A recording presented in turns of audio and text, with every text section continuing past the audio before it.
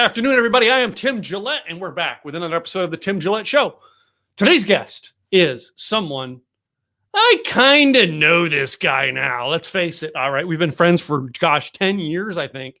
And when I first met him, I was in awe, and I thought he was the coolest person on the planet. And now the roles are reversed. He'll tell you I'm the coolest guy on the planet. But anyway, he's one of the coolest people on the planet. That's why he is on the show. I literally have to tell you guys that this guy here is the reason you have and are able to view the Tim Gillette Show. Truthfully, it is. This man has been my coach and mentor since 2012, and there is a ton of areas that he has pushed me to go do that I am so happy he did. I'm just saying. But you're going to get to know my coach, my mentor, my friend, Craig Duswalt. Today, we're going to bring him on the show here. You ready, guys? Let's get to meet him. Mr. Craig Duswalt. Look, I'm clapping for myself. I know. It's really sad when you have to clap for yourself.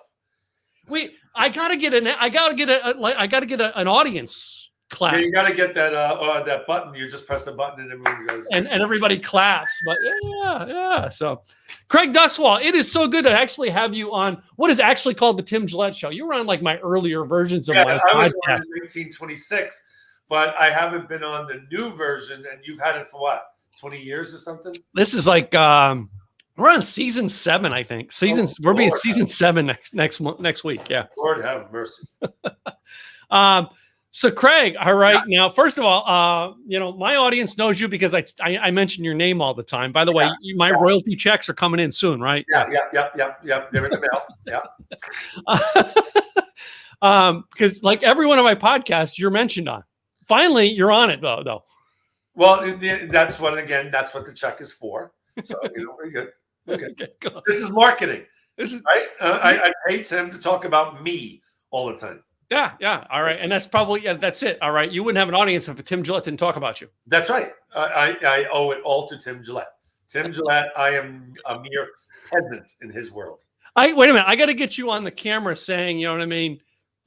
Tim Gillette. It's all the reason I'm here is all Tim Gillette. Tim Gillette. The reason why I exist in this world and I have a successful brand is all because of Tim Gillette.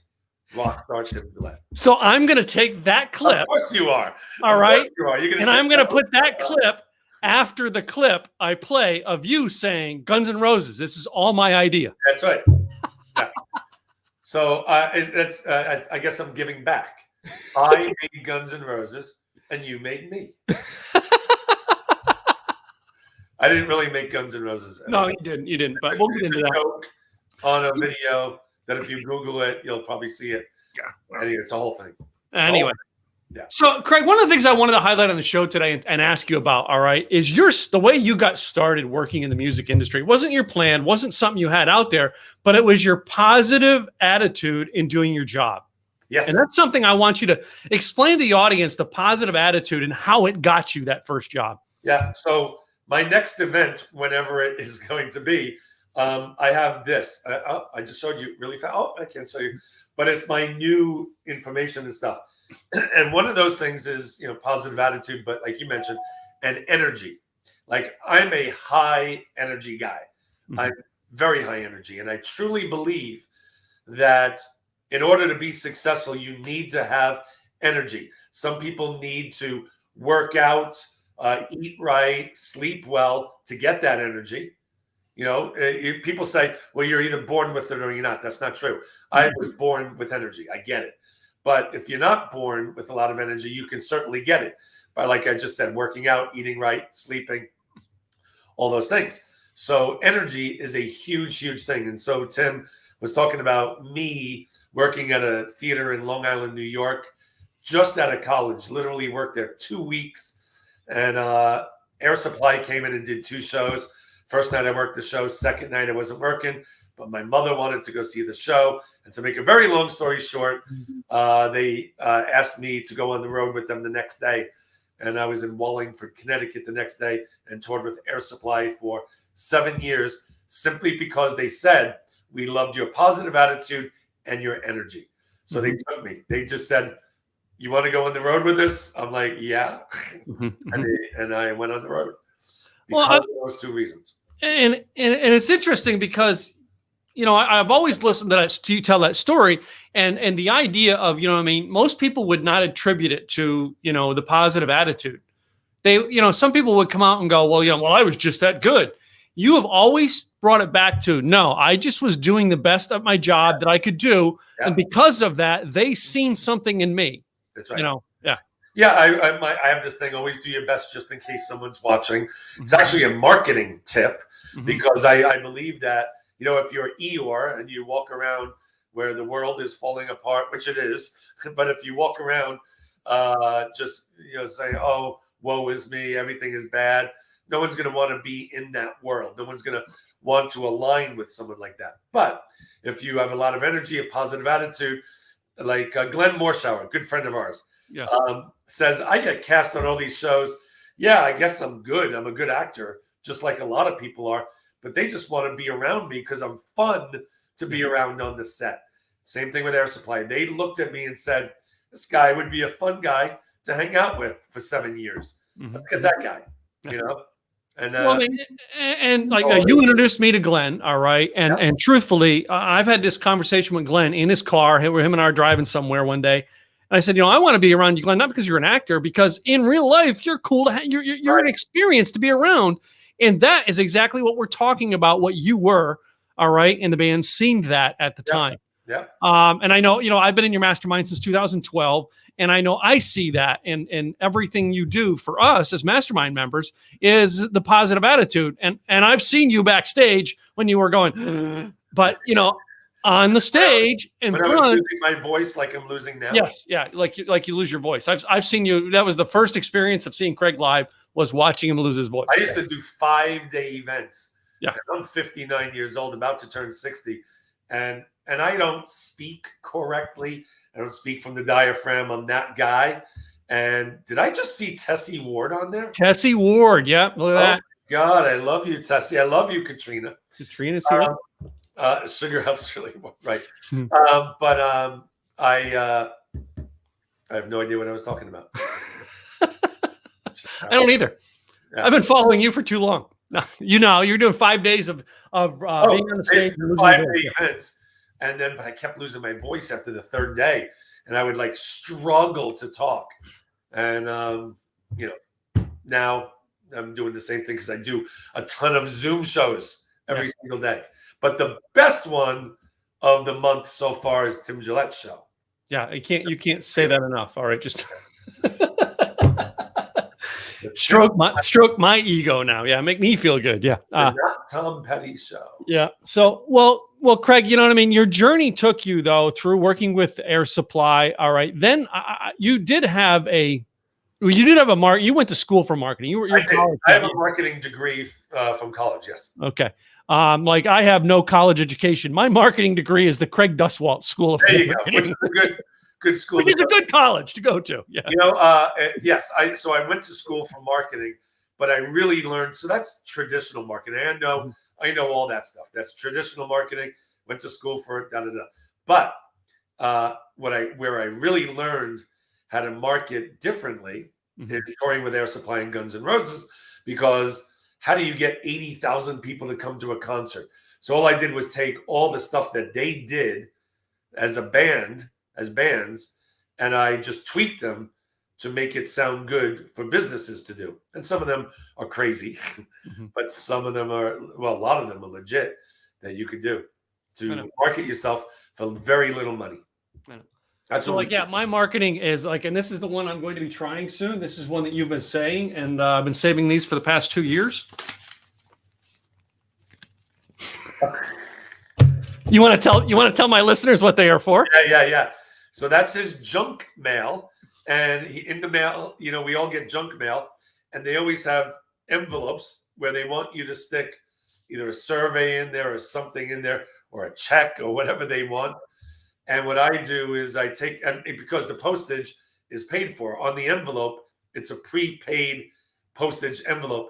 So I put flyers of my upcoming events, promoting my events in junk mail. So one of two things will happen. Either I'm going to stop the junk mail world because I'm sending, and I tell everyone to do this. So around the world, hopefully people are doing this, or someone's going to sign up for my seminar because they have, it says, are you stuck in a dead-end job? This is mine. Come to my Rockstar Marketing Bootcamp, which is what it used to be called, and learn how to open up your own business or work for yourself or make more money on the side. So I used to do this thing in my events.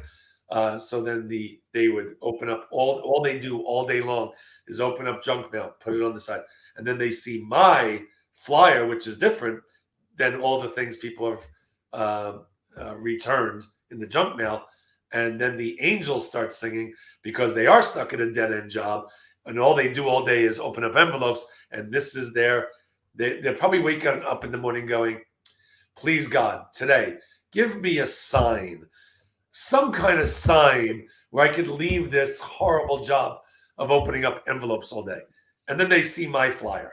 Yeah. That's it. So Tim's got a bunch of junk mail envelopes. I take a lot of ideas that I get from you, though, and I take them to another level. So I always think, how can I improve that? Not like, it's a bad idea, but going, okay, how else? Yeah. How else? Because that's a marketing mind. That's right. That is the whole idea of what I teach. My stuff can be crazy. I have a lot of things that you go, hell no, I'm not going to do that. But it makes you think, I'm not going to do that, but maybe I can do this. And like Tim just said, you got to think the idea to do that. And he's doing something else, a variation of that. But that's the brainstorming. And I just want to fuel the light bulbs in your heads. And then you go, well, I'm going to do it my way, which is totally great. Yeah. Well, I mean, and one of the reasons that I think that way, and I think you kind of implement this in your teaching at your seminars, is you introduced me also to James Malinchak, all right? And James, I remember hearing James being interviewed one time, and someone said, well, tell me one way to get 700 people in a room. And he said, I don't know one way. I can tell you 700 ways to get one person in a room. And that made me go, okay, these are ideas. You take the idea and you try to get it to go one step further. And that's what I've always gotten from your marketing at your seminars. And was that the purpose behind it? It's getting people to think not just follow my idea. Well, and think outside the box. Like I come up with the weirdest stuff to market your businesses. And like I said, most people won't do those. But it makes you think, okay, I'm not going to be as crazy as that Duswalt guy, but I can do this, a variation of it. So I just try to help people think differently. That's the main thing that I do. So, though, I want to switch back to where, after you stopped working the 7 years for Air Supply, did you then go into marketing by yourself, or did you go do something else before the Guns N' Roses? No, it was, let me think. I toured with Air Supply, ended like in '89. And then I started with Guns. So no, I did a couple of, I worked at a real estate company for a little while, just trying to get a job after Air Supply. And I did that for about 6 months, maybe 7 months. And then the manager of Guns N' Roses, who used to be the security guard for Air Supply, said, you ready to go back on the road? And I'm like, no, so done with this. He goes, but I'm going to pay you a lot of money. And I'm like, what do I have to do? You have to babysit Axl Rose. And I'm like, wait, crazy what? No, that just sounds hard. And he goes, yeah, again, no, I'm going to pay you a lot of money. So I said, okay. And that's how I did that. So, and it's interesting because one of the things you talk about, at your seminars, and you share a lot about Guns N' Roses stories, but one of the things you share that because I teach blogging, is you share the idea of doing the part 2 blog. My part 2 blog, and I did do it. I came home and did it. I think it it had to be 2000. It was the year they went to what they were put in the Rock and Roll Hall of Fame. Okay, when they did it. And I went home and did this blog post, Axl Rose Crazy Part 2. I love it. And literally, I was at a party for like my biker group at the time. And this girl comes up and goes, Tim, I read that blog post. Where's part 1? So for those of you that don't know what the hell we're talking about right now. So I have this like outside the box marketing idea, how to get people to see all of your social media is write part 2 of a blog. So say you're writing a blog about how to get people to show up to seminars. You go part 2 dash how to get butts in seats, whatever. And then they read it and they're like, oh, shoot. Well, there's probably a lot of good information in part 1 of this blog, but where is it? And it doesn't exist. So what they do is they go to all of your social media, especially if your part 2 blog is very intriguing and very good, where they have to find out what happened in part 1. And it's just a great way to get people to see you and like all your stuff. And sometimes they go, oh, dude, that was cheesy. And then they go, but damn, that was a good idea. Well, I don't know if you know this, and I don't know if I've told you this. The very first time I ever searched and found you was my original brand was Rocker Life Coach, and I was doing a search on who was using the name Rockstar. All right. And I came across, it was like a part 3 of a 5-part series that you did on YouTube. Yeah. Yes. And I found part 3, part 4, part 5. I could never find part 1 and 2. Those do exist. I know they do, but I'm like, that's why when you said that from the stage, it clicked, and I'm like, oh, I get it now. Yeah. So no, there's somewhere. Actually, sad. My YouTube channel was hacked about 5 months ago, so I lost a ton of videos. I mean, I have them on my hard drive, but they're so bad from when I first started as a speaker. I'm actually a good speaker now. In the beginning, I was like, So one of the people I hope someday to get on my podcast to interview about this clip that he has of you is Adam Ace. I've never had Adam Ace on my show. Gosh. I got to get Adam on my show. So anyway. I'm trying to get him on my show too. Yeah. So he's working again. So. It's good. It's good. He's working. I love him. All right. Because I would still be Rocker Life Coach and be broke if it wasn't for sitting in a room with the two of you. So he's a college comedian. Yeah. He tours colleges, especially in the Northeast. Just works I don't know, 250 days a year. He's always on the road. Just a very funny guy. So he put together a video of me doing stuff. He pulled out all my uhs and ums in my first speaking. It's like your first or second seminar, wasn't it? My first seminar, my first one. And I was mortified when I saw it. I was like, oh my God, I suck. But one of the things that you encourage at your seminars, all right, and it's huge that I've noticed, and I've noticed it in you, and that is you're huge about why you need to surround yourself with the proper team. As we're talking about Adam, as the proper team, and it's why you've led a very successful mastermind for 14 years now. I think is it 15? 15 years, yeah. All right, and you talk about this very concept because of some things that you had when you first started speaking. It was not Rockstar or Rock Your Life. What was your first line of event? I was America's shoestring budget coach. So picture the scene, intelligent people, because I was not intelligent. I'm a marketing guy, and somehow I missed this. But anyway, I wrote 4 books on marketing your business on a shoestring budget. And then I do a seminar called Marketing Your Business on a Shoestring Budget. And I teach at the seminar all these ways to save a ton of money on marketing. And then I try to sell a $5,000 to $10,000 coaching program when I just told them you don't need to spend any money on marketing. And then I tried to sell something. It didn't work. And I'm like, okay, that didn't, I sold zero. Zero. Yeah. And then luckily I went back to the group. I emailed them all. I said, obviously that was a mistake, that price. And I think I dropped it to $2,000 with $2,500 for a 6-month thing. And then 30 people signed up. And that was my beginning of the Rockstar Mastermind, which is now the Rock Your Life Mastermind. Yeah. Now, I mean, but yeah, and you did not find the idea. Oh. Rock Your Life. Rock Your Life. It's right there. I need to get that on a thing, but anyway. I have it on a t-shirt. If you ever notice my one headshot with long hair, it still has that. Yeah, it's got the t-shirt. Yeah. Rock Your Life logo. Yeah. Yep. And I think I had one with Ryan's old t-shirt liner. I had one with that too. So the graph gear or something. Yeah. And basically, because I was doing a photo shoot and he was there with his shirts, and I said, "Let me borrow one of these shirts so I can do a photo shoot for you to put on your Instagram." It could have been graph gear from Hayden or Dimes. I think it was graph gear from Hayden. Okay. I think it was Hayden's line that I did it with. And I basically, if your kids do something, I buy it. You're so sweet. Just like, or I buy them out. There you go. I have like 5 books left because we're keeping them, one for each of us, because Tyler wrote a book. My 10-year-old at the time, who's now 21, but Tim bought, because he does blogging, he bought all the books. I gave him a deal.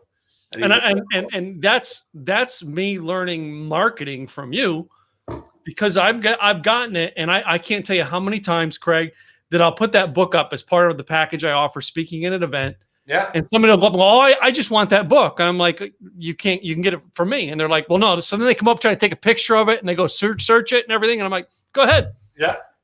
No more exist except for I'm the cheaper way to get it. You can get the digital version from Craig, and his package is usually twice mine. So go ahead. Yeah. Right. One way or another, you're going to pay $500 for that thing.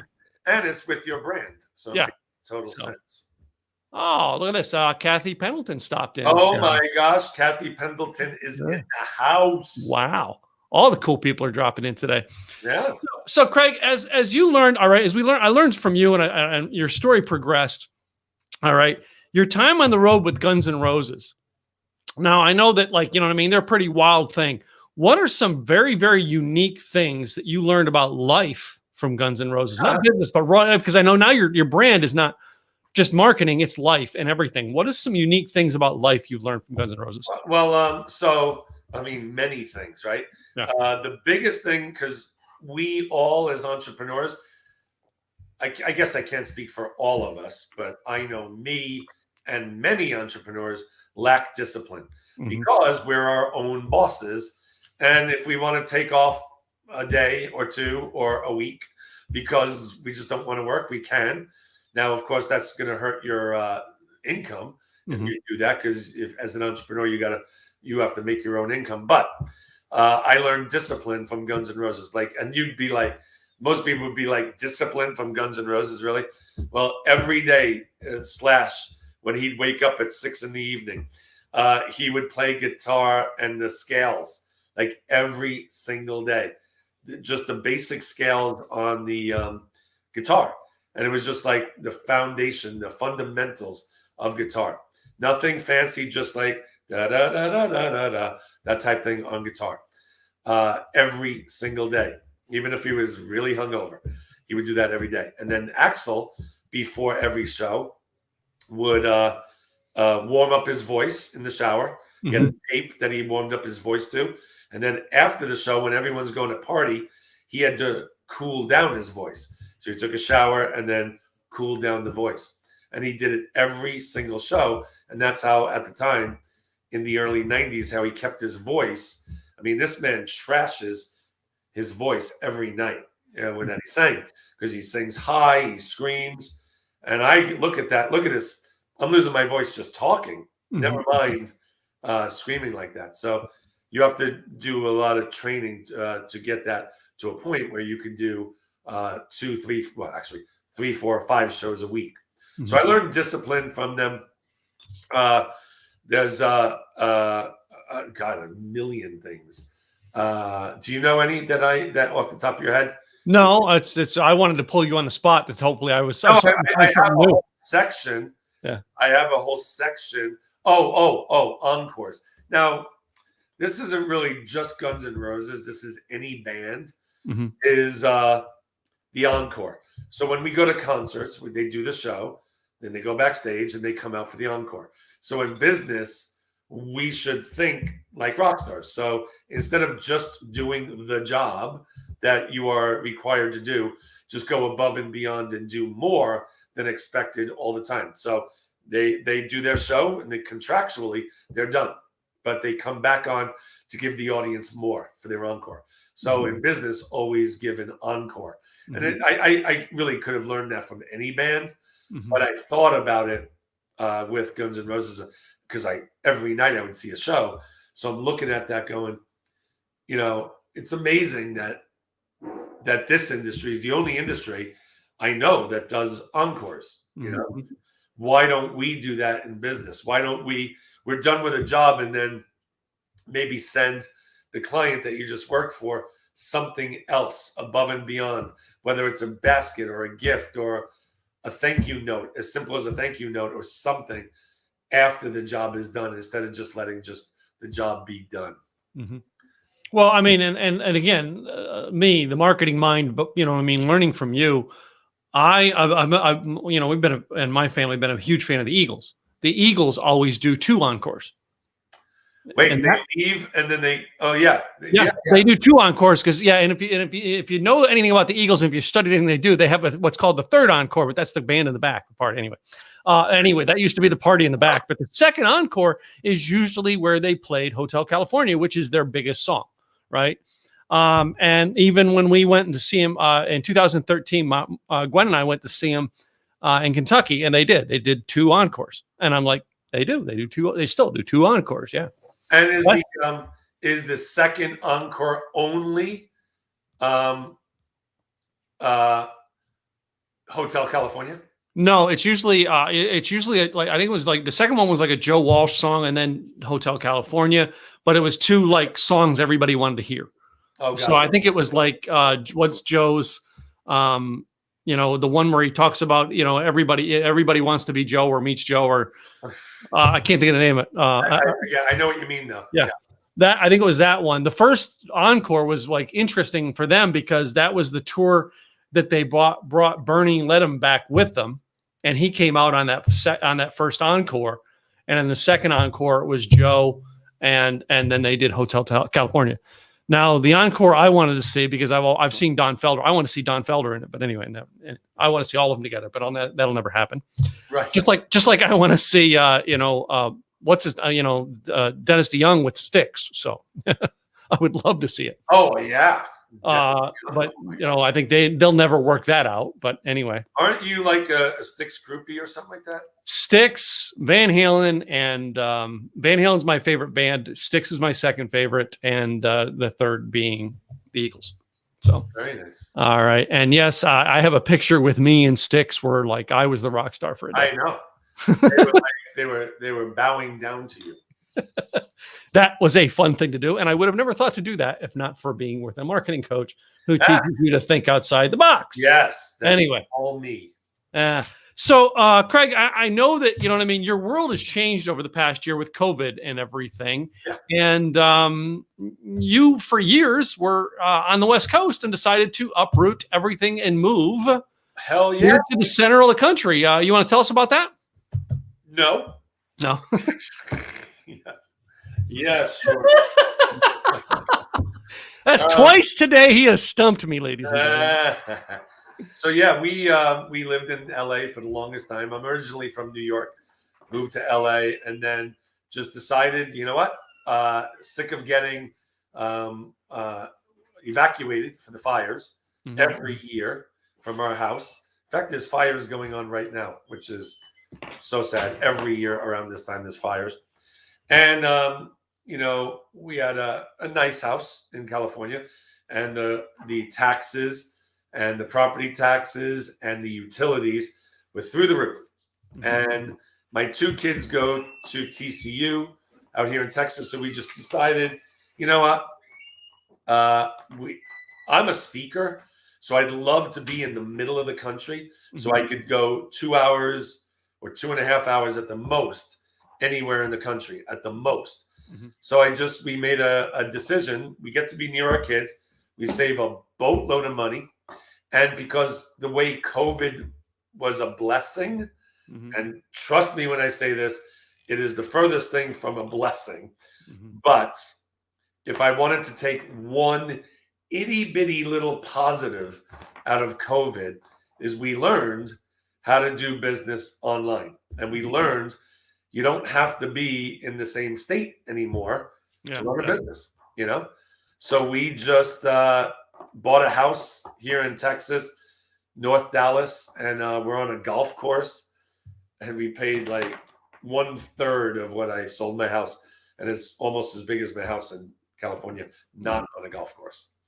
It's But just, you know, when COVID ends, all right, you are still going to eventually go back to doing seminars in Oh, yeah. California. Yeah. Oh yeah. I'll do one in the North Dallas area, and one in California, and then I have a mastermind group that Tim is part of, and I'll do a bunch of masterminds in California as well. I'm also gonna, when this COVID thing lets up, probably in the year 2029.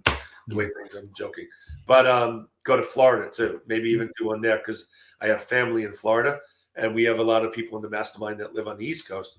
So I might do a Florida mastermind as well.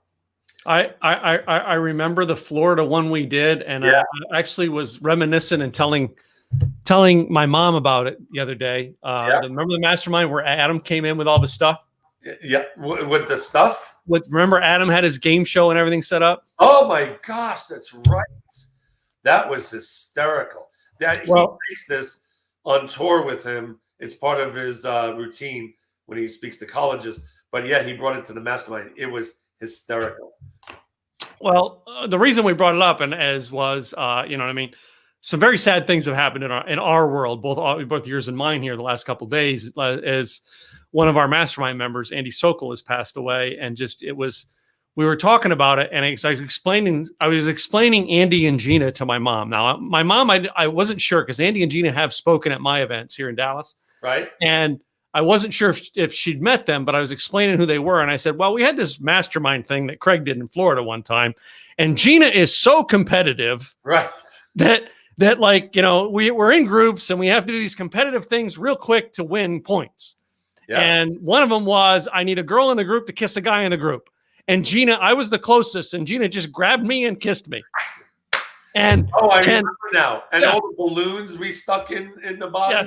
Yes. And I remember the kiss thing, because Adam was blown away, and he goes, "Wait a minute, Gina, you live with Andy. The two of you are in the same group, but yet you kissed him. Explain." I totally remember that. Oh my gosh, we had so much fun back. That was one of the funnest times we've had in the Florida ones. That one there. Yeah. Florida was. Are you sure that was Florida? It was, because there was. Wait a minute.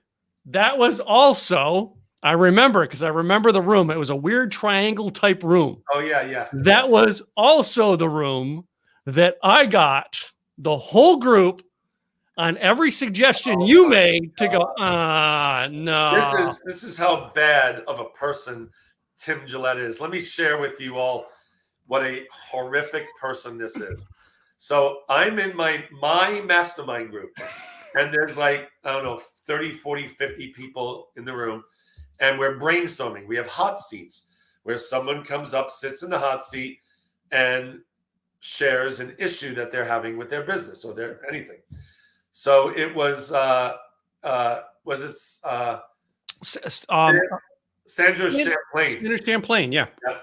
She volunteered. Yeah, we asked for a volunteer, and she volunteered to be able to do it. I didn't even know that. Yeah. So she's in the hot seat, and she expresses her issues, and I am really good at giving ideas for people for their business.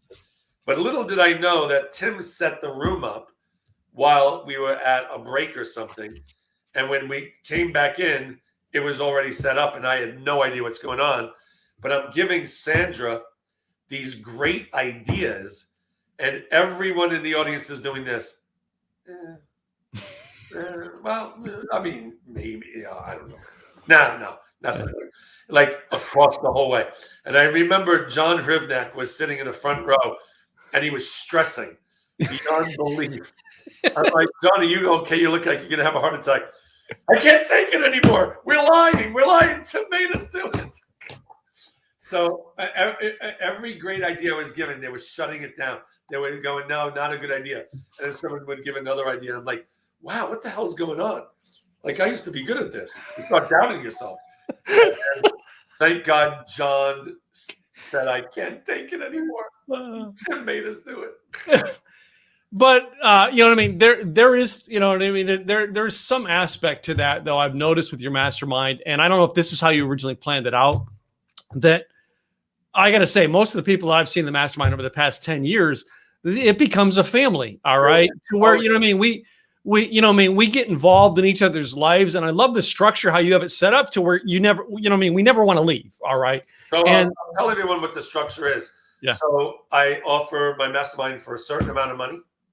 The second year is half price, and the third year and beyond is half that price. Mm-hmm.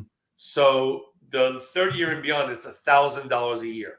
$1,000 a year to stay in my mastermind. Now, my prices are changing, just so everyone knows. But because I have 180 people in my mastermind, and that's great. But I don't want to get it too big. So anyway, no one ever leaves because they're at the $1,000 level. They're there for 3 years. I've had people in the mastermind for 10 years, 12 years, 14 years, and they never leave because they have to pay $1,000 a year. And I get great speakers. We have great events. We do tons. Well, now I'm doing a ton of Zoom calls as well. So, it's hard to leave. And I love that because it is what I set out to do, Tim, was to make it a family. And we have so many people that help each other out. It's not just about me at all. Like, I don't know everything by far, but I know someone that knows something that I don't know.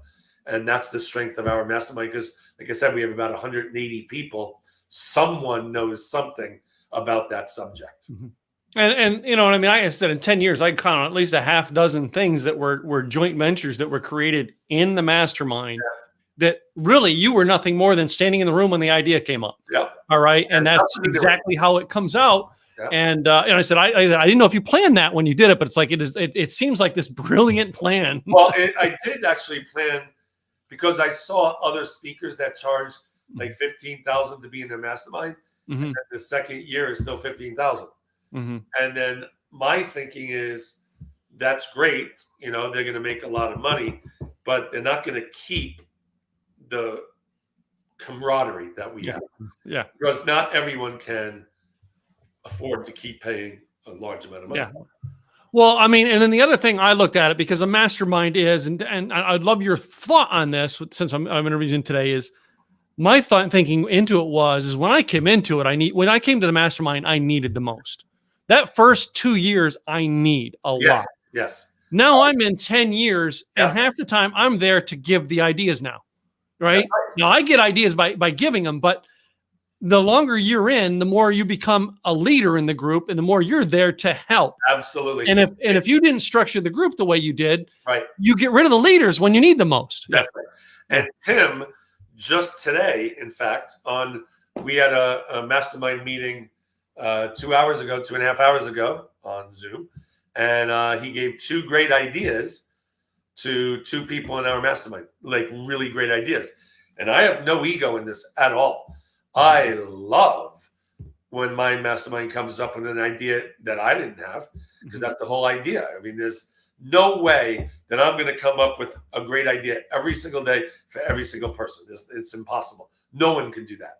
Mm-hmm. But if you have 180 people working together, or at least 50 of the 180 consistently, it's gold. Well, and also, I mean, and this is also I've seen this, and I've always thought this to be brilliant on your part as well.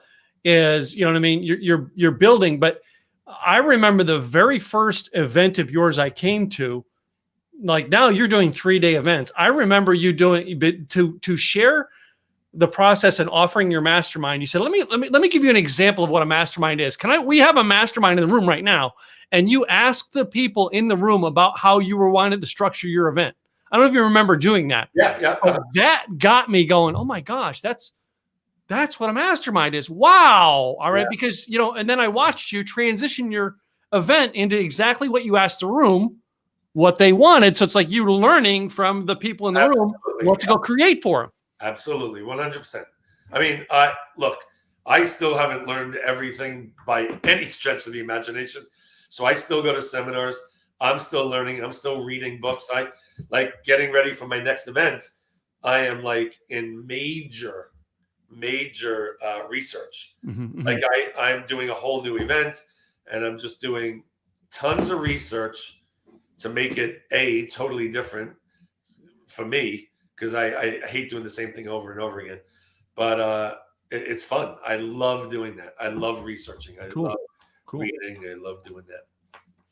Well, Craig, there is always one question I ask everybody because it's something that has impacted my life. When I was 21 years old, I worked for this part-time job, and it was this guy named Frank. I asked for job advice one day, and he gave me a bit of advice that turned out to be life advice. And that was, he basically said to me, I was having problems with running the shift. I was at a gas station, and I just having a problem. And I said, well, Frank, how do I do this? And he says, Tim, pretend on your shift from 4 to 10 p.m. like you own this business. Yeah. And because of that, I've learned to take ownership of everything I do in my life. I like that. And I got that advice when I was 21 years of age. Has someone given you job advice that turned out to be life advice? So my brother-in-law, William Malinchak, he told me a long time ago, and I put this in my seminars as well, and I give him credit for it. He calls it "Go and Tell No Man." And it's a thing where we are all, as entrepreneurs, we get an idea and we get so passionate about the idea, and you look it up online and you're like, oh my God, this is so good. I'm so excited about this. And you're like, I'm going to launch this. I'm going to do this. But then you tell your mother, your father, your brother, your sister, your aunt, or an uncle, and they're like, well, it's already been done before. Oh, you can't do that. You don't have enough money. You don't have enough this. You don't have the knowledge to do that. You don't have the background to do that. You don't have the connections to do that. And so this great passionate idea that you had is now deflated, and then you end up not doing it. And they're trying to protect you because they love you so much. The ones that love you so much, they just try to protect you. Well, when I come up with something new, I make sure that it's a viable thing. I really do. I do the research. I make sure people are Googling this, all that stuff. But then I don't share it until it's got the logo, the trademark, and everything, and I'm all in. Now, I did make one mistake with that because I wrote 4 books as the American Shoestring Budget Coach. But if I didn't do that, and if I didn't release those 4 books, I wouldn't have brought them to a mastermind meeting, not mine, someone else's, James Malinchak's, and said, here are my books.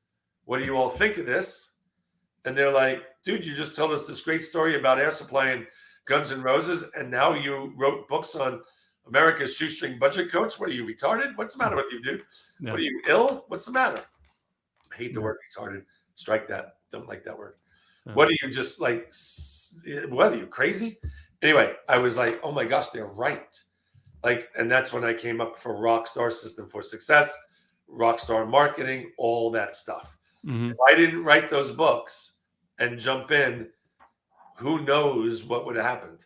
Yeah. But because I did that, I spent a couple of bucks doing it, but I did the research and I found out people do want to save a ton of money in marketing and advertising. And the funny thing is, Rockstar Marketing still saves people a ton of money in marketing and advertising, but it's called something completely different, which now works better than America's Shoestring Budget Coach. Yeah. It's it's interesting. I'm glad you told that story because it really is interesting that because of that I've learned how I research things. And we talked about something a project I'm working on back in July that I stick my nose out there to try it by talking to the mastermind. Yeah. And I take it back in and tweak it and adjust it before I release it out. It's like that's exactly now I'm learning from your mistake. And here's the deal about the mastermind. It's a safe place where, like I just said, go and tell no man. But in the mastermind, I highly suggest you share the idea. Yeah. Because these are people that are also entrepreneurs in the same arena as you, not just a family member that is nothing that don't even know the industry at all. Yeah. So, Craig, it's been a joy having you on the show and getting to ask you questions today. It has. But before we go, I want to make sure people can take this to the next level. Some people are going to want to find out about your events, your books, things you're doing. How do they best reach you? What's the best website? So the number one website is my name, CraigDuswalt.com. Oh, look at that. There it is. Yeah. Wow, you're good. So CraigDuswalt.com is my main website. From there, you can click on events. You can click on book me as a speaker, pretty much anything. So I tell everyone, just go there first. There's an opt-in box. You could get a free book if you want. My Rockstar System for Success book, ebook. So that's where everything starts, right there. Because here's a tip. I'm a speaker first. Mhm. So I book myself as Craig Duswalt keynote speaker. So I get jobs as keynote speakers.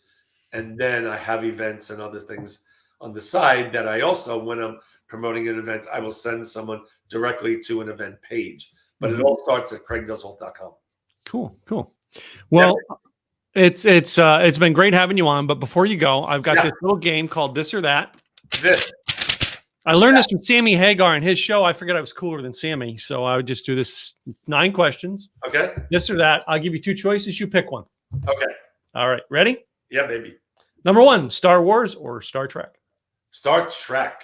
Star Trek. Yeah. Like, do you know that like the 55th anniversary of Star Trek is this past week?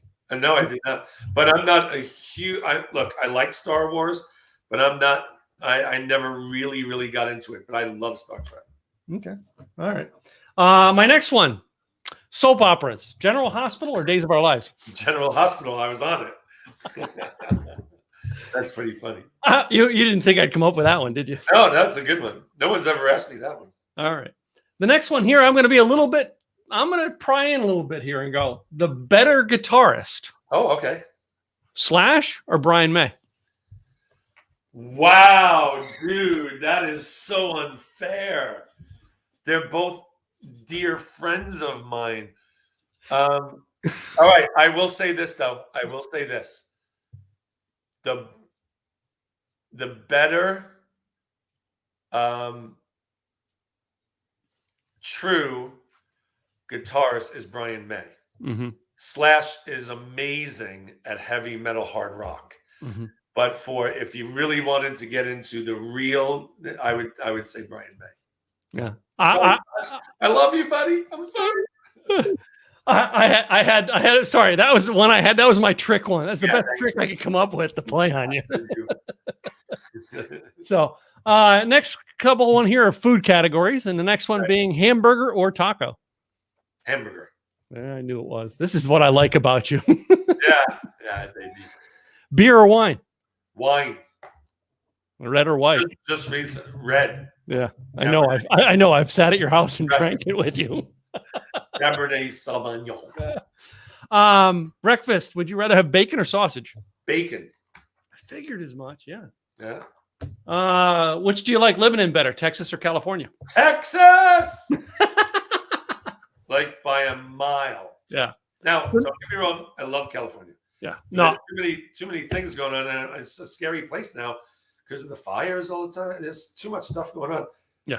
I'm chill here, man. This is great. I love this area.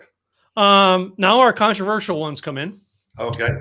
At your house, does the toilet paper go over on the roll or under? Over.